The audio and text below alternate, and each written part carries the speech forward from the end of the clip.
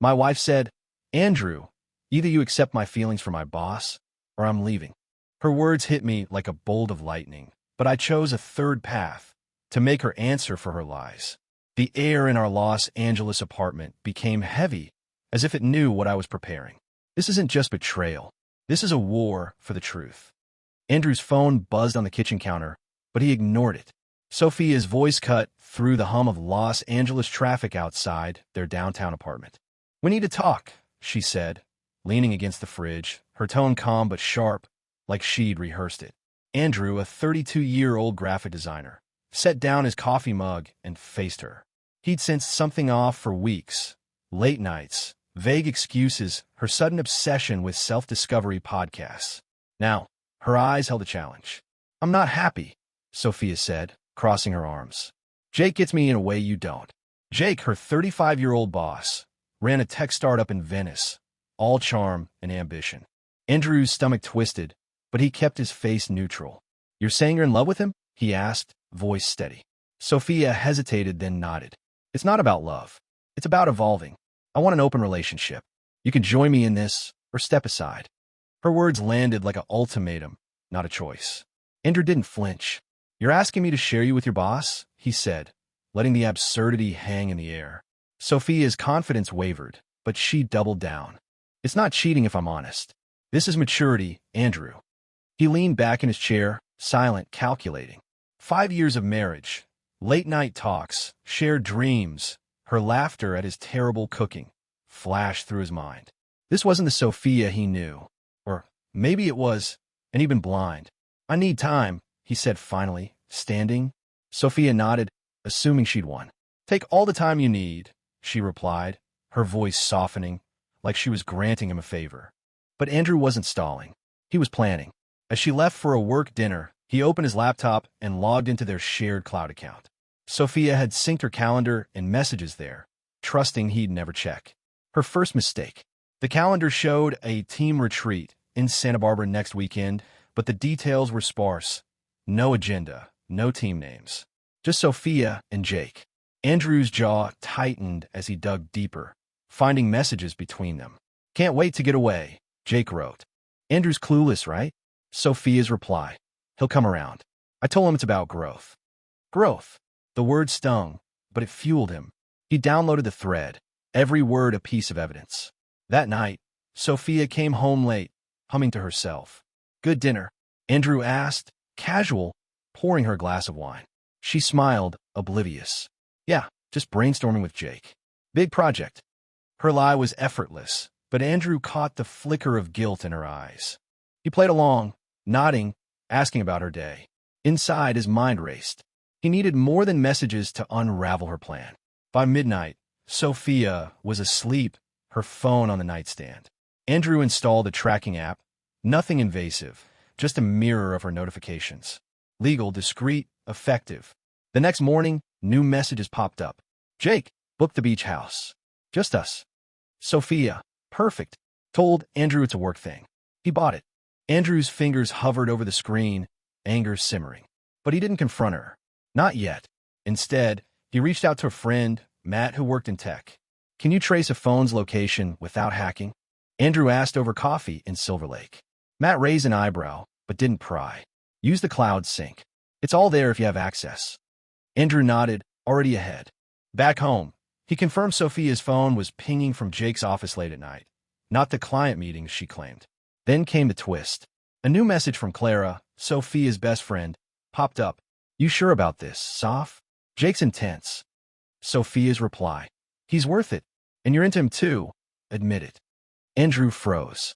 Clara was involved? He scrolled further, finding flirty exchanges between Clara and Jake, with Sophia's blessing. We're redefining love, Sophia wrote. Andrew's too traditional to get it. The betrayal wasn't just Sophia's. It was a conspiracy. Andrew closed his laptop, his pulse steady despite the sting. He wasn't broken. He was awake. Sophia thought she held all the cards, but he was building a deck of his own. That evening, she packed for her retreat, tossing in dresses too sleek for any boardroom.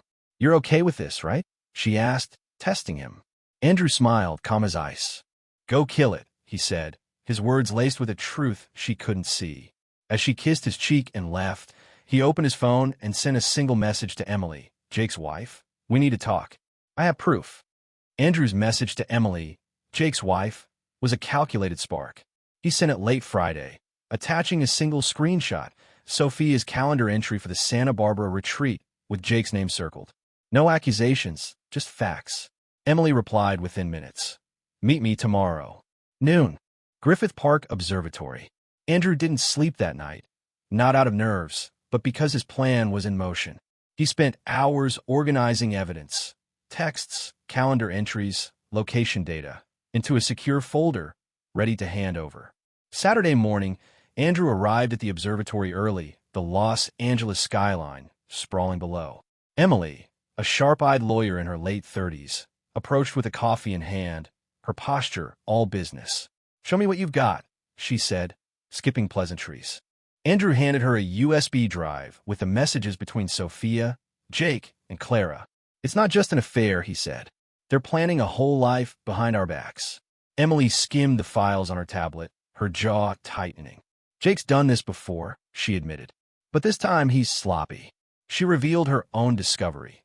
Jake had been funneling company funds to cover personal expenses, including the Santa Barbara beach house. "I need more to nail him," she said. Andrew promised to keep digging, but warned, "Sophia thinks I'm clueless." "Let's keep it that way." Emily nodded, her eyes glinting with resolve. "We're not victims, Andrew. We're the ones ending this." They parted with a plan. Emily would cross-check his evidence with her financial records, while Andrew played the oblivious husband. Back home, Sophia was still at her retreat. Andrew's phone pinged with her location. A secluded beachfront property, not a conference center. He resisted the urge to call her out. Instead, he accessed her cloud-stored emails, finding a thread with Clara. "Jake's talking about leaving Emily," Sophia wrote. "We could all start fresh." Clara's reply was giddy. "He's picking me up tomorrow. This is our new beginning." Andrew's blood ran cold, not from jealousy, but from their audacity. They weren't just cheating. They were rewriting his life without him. He needed more leverage. Using a tip from Matt, his tech-savvy friend, Andrew tapped into Sophia's shared assistant app, which recorded voice memos. One clip, dated last week, caught Sophia and Clara laughing in their apartment. "Andrew's so predictable," Sophia said. "He'll sulk, but he won't fight." Clara chimed in. "Jake says Emily's too busy with work to notice." Andrew saved the file, his anger now a focused blade.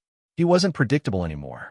Monday came, and Sophia returned, her suitcase thumping against the floor. "Miss me?" she asked, her tone playful but testing. Andrew forced a smile, pouring her coffee. "How was the retreat?" he asked, watching her closely. She launched into a rehearsed story about team bonding and innovative pitches, but her hands fidgeted, betraying her. Andrew nodded along, asking just enough questions to keep her talking. Every lie she told was another nail in her facade. That afternoon, he met Matt again, this time at a taco truck in Echo Park. "I need to know if Jake's hiding more," Andrew said, handing over a list of company accounts from Sophia's emails. Matt whistled low. "This guy's reckless. I'll check the public filings." By evening, Matt sent a bombshell. Jake's startup had unreported expenses tied to offshore accounts. Andrew forwarded the info to Emily, who replied instantly, "This is gold. Meet me tomorrow." Tuesday's meeting was at Emily's law office, a sleek space in Century City. She laid out her plan. Confront Jake with the financial evidence, forcing him to admit the affair or face legal action. "I'm not after revenge," she said, "but he doesn't walk away clean." Andrew agreed, adding his latest find, a text from Jake to Sophia. "Once Emily's out of the picture, we're free." Emily's face hardened. "He's dreaming if he thinks I'll roll over." Andrew's role was clear. Keep Sophia in the dark while Emily built her case. Back at the apartment, Sophia was bolder, dropping hints about exploring new dynamics with Jake. "You could be part of this, Andrew," she said, her voice almost pleading. He played along, asking questions, feigning curiosity. "I'm trying to understand," he lied, buying time. That night, he packed Sophia's belongings, books, shoes, her favorite mugs, into labeled boxes, stacking them neatly in the guest room. He didn't touch their shared photos yet. That move was for later. Then came a curveball. Clara texted Sophia, unaware Andrew was monitoring. "Jake's freaking out. Emily asked about the accounts. Andrew's pulse quickened. Emily was moving faster than planned. He called her immediately. Jake knows you're onto him, he warned. Emily didn't flinch. Good. Let him sweat. I'm filing a formal complaint with his board tomorrow. Andrew hung up, realizing the game was accelerating. Sophia's next move would decide how fast this house of cards would fall. Wednesday morning, Andrew woke to a text from Emily. Board meeting today. Jake's cornered. Stay sharp. He checked Sophia's phone notifications, still synced to his laptop, and saw her panic. A message to Clara read. Jake says Emily knows something. What did you tell her? Clara's reply was frantic. Nothing, but he's acting weird. Andrew smirked. The cracks in their plan were widening, and he was ready to push. He called Matt, his tech friend, from a bustling coffee shop in Koreatown. Can you pull anything else on Jake's company? Andrew asked, keeping his voice low. Matt, munching on a donut, nodded. Already did. Found a hidden expense report, $10,000 for consulting that traces to the Santa Barbara rental. Andrew's eyes narrowed. He forwarded the report to Emily, who responded, This seals it. Meet me after the board meeting. The net was tightening. Sophia came home early, her usual confidence replaced by nervous energy. Work's intense, she said, dropping her bag and avoiding Andrew's gaze. Big changes at the startup. He played dumb, stirring his tea. Jake keeping you busy? He asked, watching her flinch at the name. Yeah, just projects, she mumbled, heading to the shower. Andrew checked her phone while the water ran. A new text from Jake. Lay low. Emily's digging. Sophia's reply. I'm handling Andrew. He's fine. Andrew's grip on the phone tightened. She was still playing him. He stepped up his game. Using the assistant app's voice log, he found a recording of Sophia and Jake from 2 nights ago, made during a late call she thought was private. Emily's clueless, Jake said. We'll ride this out. Sophia laughed. Andrew's already bending. He'll accept it. The arrogance in their voices fueled Andrew's resolve. He saved the clip and sent it to Emily, who replied, This is dynamite. Board's about to roast him. That afternoon, Emily texted, Board's done. Jake suspended pending investigation. I'm meeting his CFO tonight. Andrew felt a surge of adrenaline. He wasn't just exposing an affair. He was dismantling Jake's empire. But Sophia was still in the dark, and Andrew needed her to slip up. He left a subtle trap, casually mentioning, Heard Jake's startup is having issues. You okay? Sophia froze, then laughed it off. Just rumors. We're fine. Her lie was brittle, and Andrew knew it. By evening, Sophia's phone buzzed with a call from Clara, which Andrew intercepted via the app. Jake's freaking out, Clara whispered. The board found his expense accounts. He thinks Emily's got a source. Sophia's voice cracked. Andrew doesn't suspect anything, right? Clara hesitated. He's not stupid, Soph. Be careful. Andrew ended the recording, his plan crystallizing. He wasn't just collecting evidence. He was orchestrating a showdown. The next day, Emily called Andrew to a diner in Hollywood. She slid a folder across the table. Jake's done, she said. The CFO confirmed he siphoned funds for personal use. Board's voting to fire him tomorrow. She leaned in. But Sophia and Clara, they're still acting like they're untouchable. Andrew nodded, revealing his next move. I've got Sophia's things packed. Tonight, she faces the truth. Emily raised her coffee mug. To justice. Back at the apartment, Andrew replaced their wedding photos with blank frames, a silent signal. Sophia walked in, oblivious, chatting about a new project with Jake. Andrew cut her off. Sit down, Sophia. His tone was calm, but unyielding. She froze, sensing the shift. He opened his laptop, playing the voice clip of her and Jake mocking him. Her face drained of color. That's not what it sounds like, she stammered. Andrew slid a USB drive toward her. Messages, emails, your retreat, plans with Jake and Clara. It's over. Sophia's eyes darted to the boxes in the corner, labeled with her name. You're kicking me out? She asked, voice trembling. Andrew stood, unwavering. You chose this. Jake's out of a job, Emily's got proof, and Clara's not your ally anymore. He opened the door. Your stuff's ready. Go. Sophia grabbed her bag, tears welling, but Andrew didn't waver. As she stepped out, he added, Tell Jake the board's done playing. The door clicked shut, and the apartment fell silent. Andrew didn't celebrate. He sat, staring at the blank frames, feeling the weight of his victory. His phone buzzed. Emily. Jake's fired. CFO's cooperating. Thanks. Andrew exhaled, knowing the real test was coming. Sophia would fight back, and Clara's role was still murky. But he was ready. The truth was his weapon, and he wielded it with precision. The morning after Sophia left, Andrew's phone lit up with a voicemail from her. We need to talk. I messed up, okay? Her voice cracked, but Andrew deleted it without a second thought. He wasn't here to fix her regrets. His focus shifted to tying up loose ends. Emily's text came through at 8 a.m. Jake's out, but he's blaming Sophia and Clara. Meet me at noon, downtown. Andrew grabbed his keys, sensing the storm wasn't over. At a crowded deli near City Hall, Emily laid out the fallout. Jake's termination was official, but he'd hired a lawyer, claiming Sophia and Clara coerced him into misusing funds. He's throwing them under the bus, Emily said, sliding over a legal document. It detailed Jake's attempt to pin the Santa Barbara expenses on Sophia's consulting fees. Andrew's jaw clenched. She's not innocent, but he's no victim. Emily agreed, her eyes sharp. I'm filing a countersuit. Can you give me anything else? Andrew nodded, already planning his next step. Back home, he accessed Sophia's cloud backups one last time. A buried email thread between her and Clara revealed a desperate exchange from the night before. Jake's line to save himself, Clara wrote. He told me you pushed for the trips. Sophia's reply was furious. He's the one who booked everything. I'm not taking the fall. Andrew archived the thread and sent it to Emily. It was the final piece she needed to expose Jake's lies.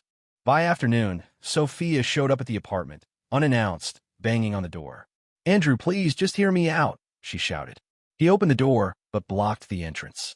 You've got 2 minutes, he said, arms crossed. Sophia's words tumbled out. Excuses about Jake's charm, her confusion, Clara's influence.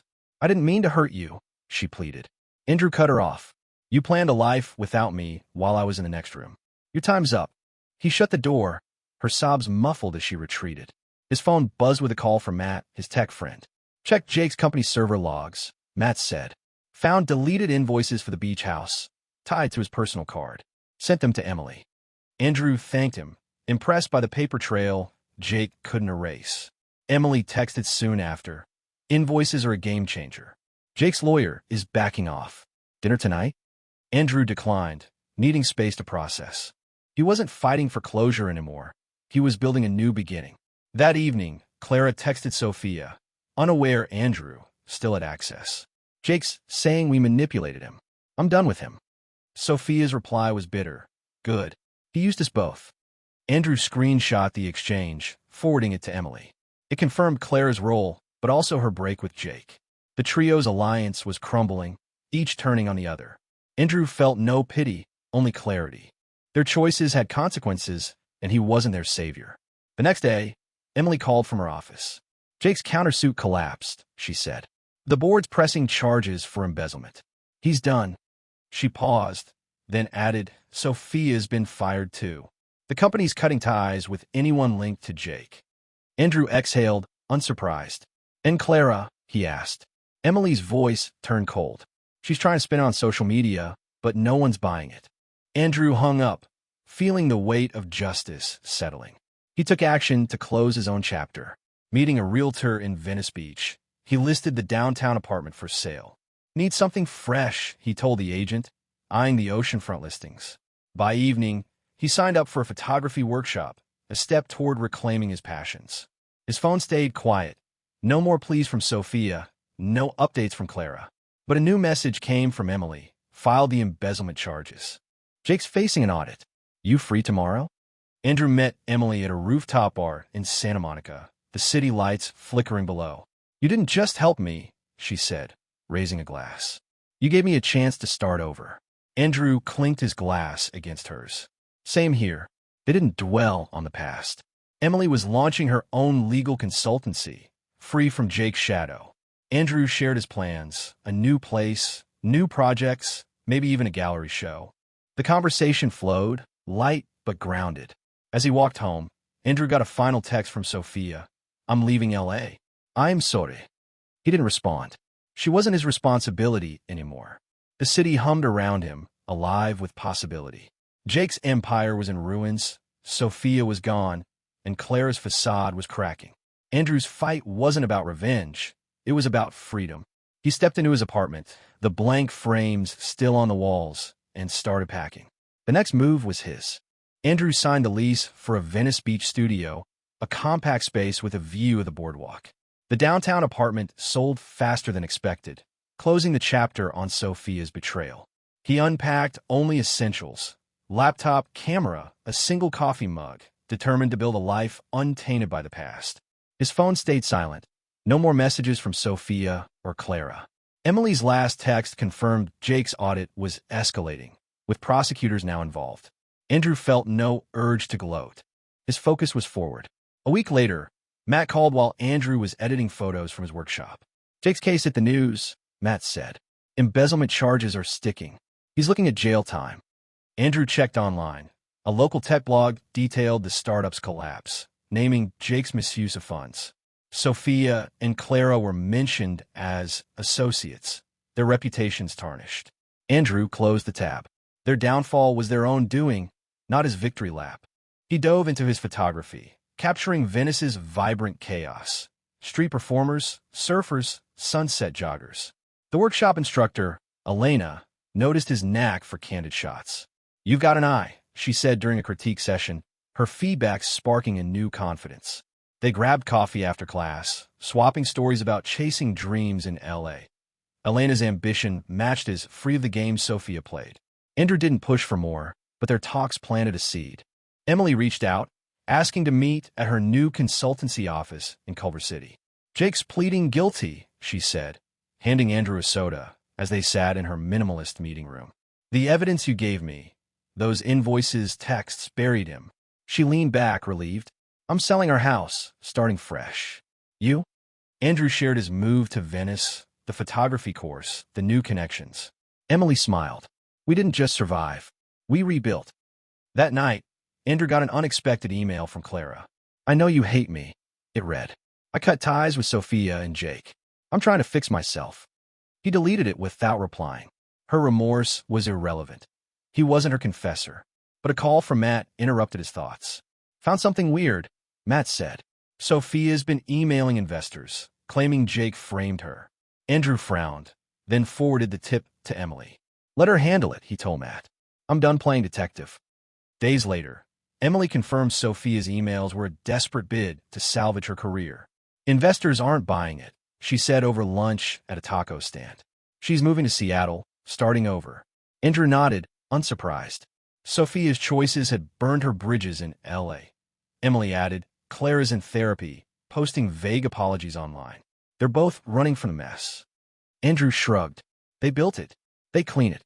His photography took off. Elena invited him to a group exhibit in a Venice gallery, where one of his shots, a lone skateboarder against the sunset, sold for $200. The small win felt massive. At the exhibit, Elena introduced him to a local magazine editor looking for freelance photographers. Andrew pitched a series on LA's hidden corners, landing his first paid gig.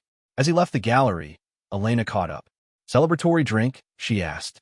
He agreed, their conversation flowing late into the night. A final email from Emily arrived weeks later. "Jake's sentenced 2 years. I'm free." She included a photo of her new office sign. "Stone Legal Solutions." Andrew replied with a thumbs up and a shot of his latest photo, a Venice mural glowing at dusk. Their paths had diverged, but their shared fight left a bond. He didn't need her updates anymore, just as he didn't need Sophia's shadow. Andrew's routine solidified.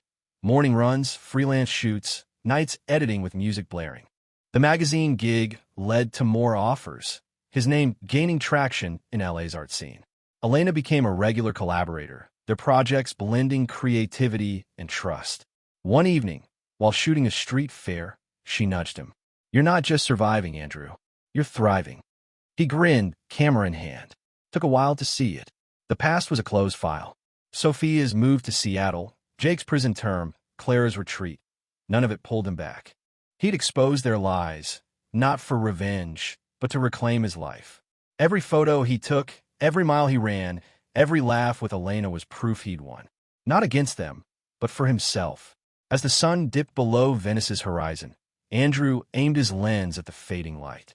The shutter clicked, capturing a moment that was his alone.